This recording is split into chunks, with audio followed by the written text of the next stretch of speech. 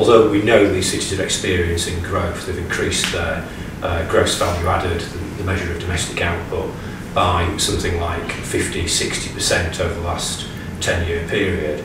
If you compare that to Europe, however, they look at the top 50 performing cities in Europe, only 2 of those are in England, that's Bristol and Leeds, not including London. And Germany has 15 in the top 20 in Europe. France has got 5, Italy's got 6, and so on and so on.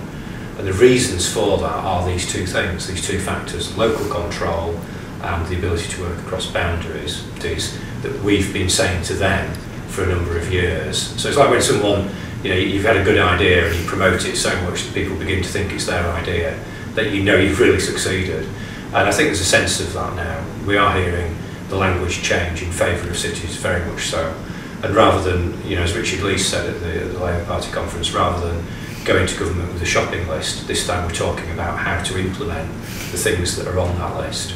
So, and in terms of my role and the role of the Core Cities Group more generally, I think that's when we start to realise we've had impact, is when we can see those things appearing in policy, the things that we've been talking about and that we've wanted for a number of years now, we're actually beginning to achieve. It occurs to me, you obviously, your members are the biggest cities outside London, and you're all pushing an agenda for recognition for cities that are outside London. Do you find yourselves in competition with them over resources and attention?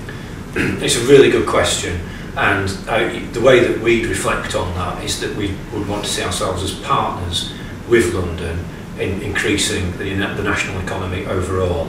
So when we talk about regional disparity, economic regional disparity, changing that for us is not about a redistribution of wealth between London and the other great cities.